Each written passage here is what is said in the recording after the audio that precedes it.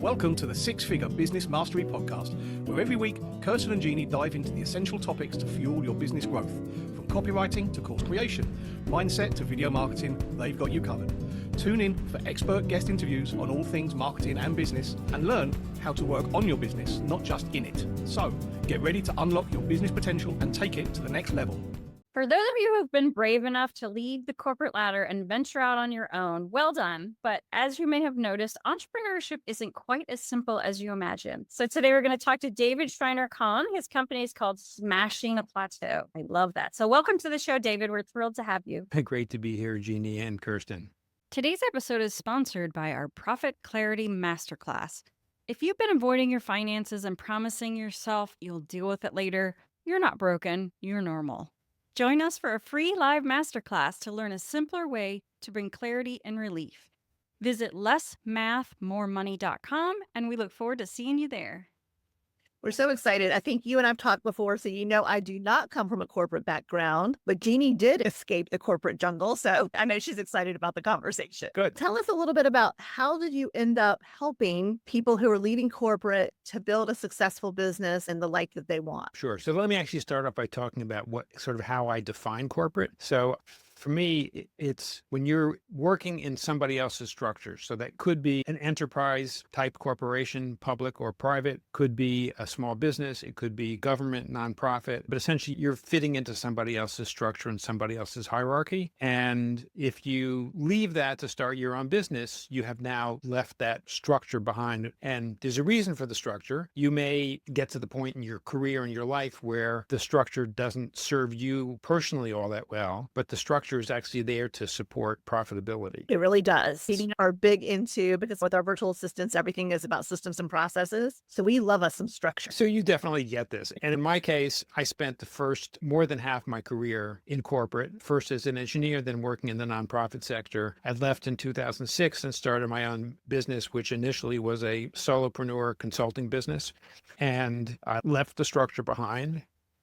And over time, the kinds of clients that sought my help more and more were like me. They were people who had been in corporate and left and started their own independent consulting, coaching, professional service business. And they wanted to be able to do more of what they love and get paid what they're worth, just be able to support their lifestyle. And over time, we developed a framework that works really well when you're going through that kind of transition and to support your career as an entrepreneur. And in particular, part of the framework has to do with interacting with other entrepreneurs in a community setting. That's a really key part of the process, which is part of the reason why we now run a community. I love that. Like Kirsten said, when I got out of the 9 to 5 and then I decided to start my own business, it was lonely. It was a bit isolating. And I didn't know or have anyone in my family who had been an entrepreneur. So I had no frame of reference. And it's a different language. It's a different mindset. There's so many different aspects to it. Because when you typically have, like you said, a job, it already has the structure. But when you become an entrepreneur, you have to create the structure. Exactly. And what people yearn to achieve when they're in corporate and they want to be out of corporate is they want, quote unquote, they want the freedom of being an entrepreneur, and they become an entrepreneur. And what they realize is, or hopefully they realize, is that there's freedom to do what you want when you want, but creating a structure that will serve you is what is the key to actually being profitable. Yeah. And we don't think of it this way, but structure is what really gives us the freedom. By having systems and processes in place, that gives us the freedom to build that life that we want. Because like you said, you can do what you want when you want to do it, but there has to be some rhyme and rhythm within the business in order for everything to flow. So I love that. And then I love the fact you're talking about community. How do you feel like community helps others create structure or maintain structure? So there are particular aspects of what we do in our community that are super helpful. So for one, we have live sessions once a week. The weekly cadence is really important to keep people focused, to filter out the overwhelm, filter out what is not going to serve them well, helps keep them grounded, and helps keep them on track on what it is that is going to help them spend time on what they're passionate about and what is going to be profitable for them. The structure of the weekly cadence is really important. The other piece that's important is, and this taps into some other elements of our system, which is understanding what is really important to you in your life. What are are your goals. My definition of goals is something that is aspirational, that is specific enough so you know when you're working toward it, but it's not metric driven. So there's always more to do. So for example, like in your case, I'm going to guess that a goal could be helping people reduce kind of the clutter and overwhelm in their lives through consistent systems and processes. When you're working toward that and trying to help more people do that, and you know when you're not, but there's always going to be more to do. So broad or audacious goals, and then taking those goals and building a set of measurable objectives that are like rungs on a ladder. If you look at the ladder going up towards clouds in the sky, you may never reach the top of the ladder, but there are rungs that you can identify that will help you go step by step. And we like to identify, in particular in the context of your business and the community, identify a quarterly business objective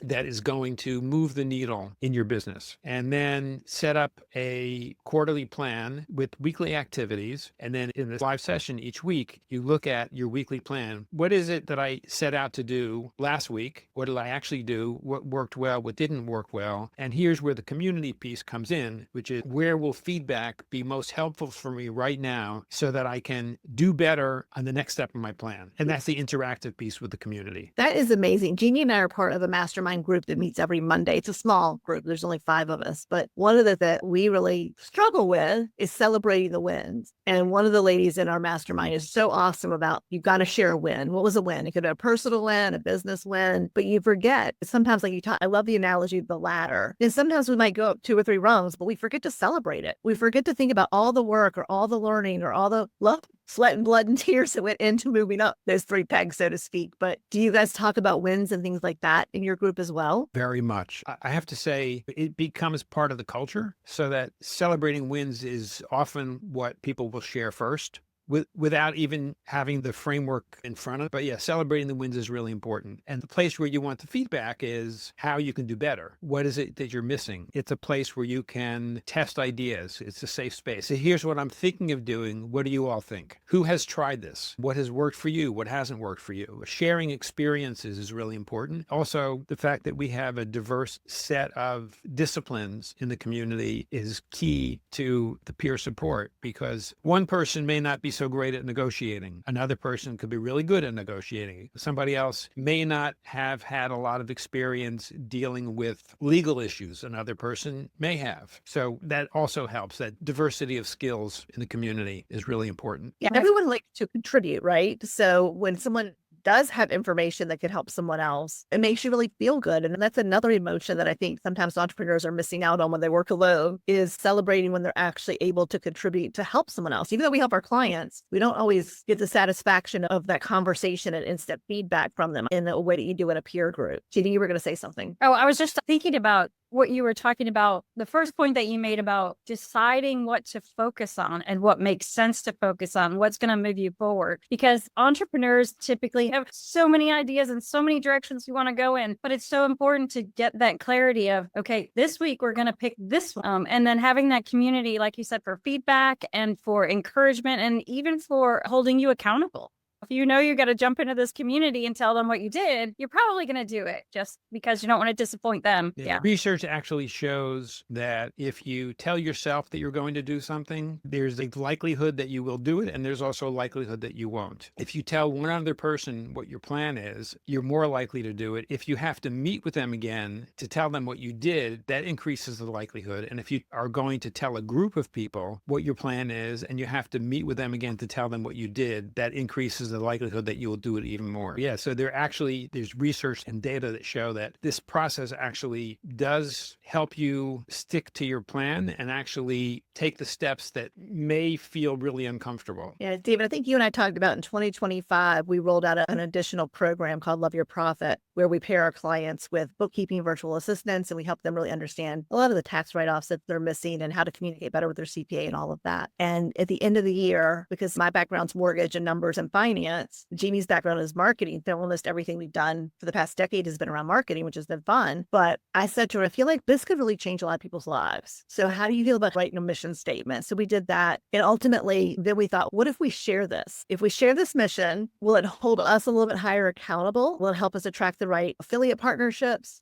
But when you start to say our mission in 2026 is to help 1,000 business owners to get their finances in order, to build their confidence and have more impact, it was scary. It's still scary. We're 3 months into the year. And when we talk about it, you still kind of get that feeling in your stomach, like it's butterflies, but at the same time, we've got to figure out how to make this happen kind of thing, because we've committed to it socially. So is something your people, do they ever commit to their goals even outside of the group? No, we just do it inside the group. They may do it outside the group, but our focus is on doing it within the community. Nice. I love it. I love it. And I think it's wonderful because sometimes as an entrepreneur, you have incredible dreams, but your friends and family don't often know how to support that. Some of the things that we talk about, they look at us like we have two heads. So being able to be in a group of people who are like, that is a great goal, or have you thought about this or this to help you get there, and who is going to do everything they can to support you in getting to that goal is amazing. I think what you're doing is just awesome. Thank you. Yeah. And I love also the confidence that comes through when you have achieved something and you recognize it finally, and then other people recognize it. There's such power to be built when you can build your confidence. The other thing about confidence, now that you mentioned it, Jeannie, is when you're more confident, you're more likely to charge what you're worth. And part of that confidence comes from discussing your value in a trusted space with colleagues. So we've seen members who have shared some of the behind the scenes negotiation issues that they've had when they've been proposing work with a client. And members have said, really, that's all you're charging for that? What's the value that the client's going to get from the work that you're doing? And they unpack it. And suddenly the member goes back and negotiates a significantly higher price for the work. Yeah, that's amazing because again, price, you're trying to be fair to the client. Obviously, you want the work and you're scared you may not get it. I think also the whole negotiating process, a lot of people aren't comfortable in that. So we do find that so many business owners underprice their products and services simply because it's scary. Yeah. So within the community, how do you feel like their confidence grows? Can you share some conversations maybe that have happened around pricing? I know you just gave us that one where they went back and negotiated it, but this is something that I bet is a consistent problem. So do you see people change the prices on all of their services, get rid of services, anything like that? I'm thinking like there's one member who went from a kind of a month-to-month small retainer to annual contracts with the same client that were multiple times the rate of the initial contracts. And the run with this client just ended last year. It lasted about 5 years. They probably took in 5 to 10 times the amount of money they might have anticipated from the relationship. And it was the conversations in the community had a huge part in that. Yeah. Did the community talk about like how to restructure? Like you just said, they were doing a small retainer and then they did annual. And also, how big are your communities right now? So our communities are built on a small group model, and the groups tend to be no more than 6 per group per cohort so that they can have the intimate conversation. Yet there are multiple groups and there are the options for additional groups in the community. And then we have sessions that allow cross-fertilization. So people from one group get to know members from other groups that have different skill sets. And yeah, it's a fairly intimate community with, at this point, like a couple dozen people. That's perfect because you do want to feel safe in that group and you do want to know everyone really well in order to share your advice or to take advice.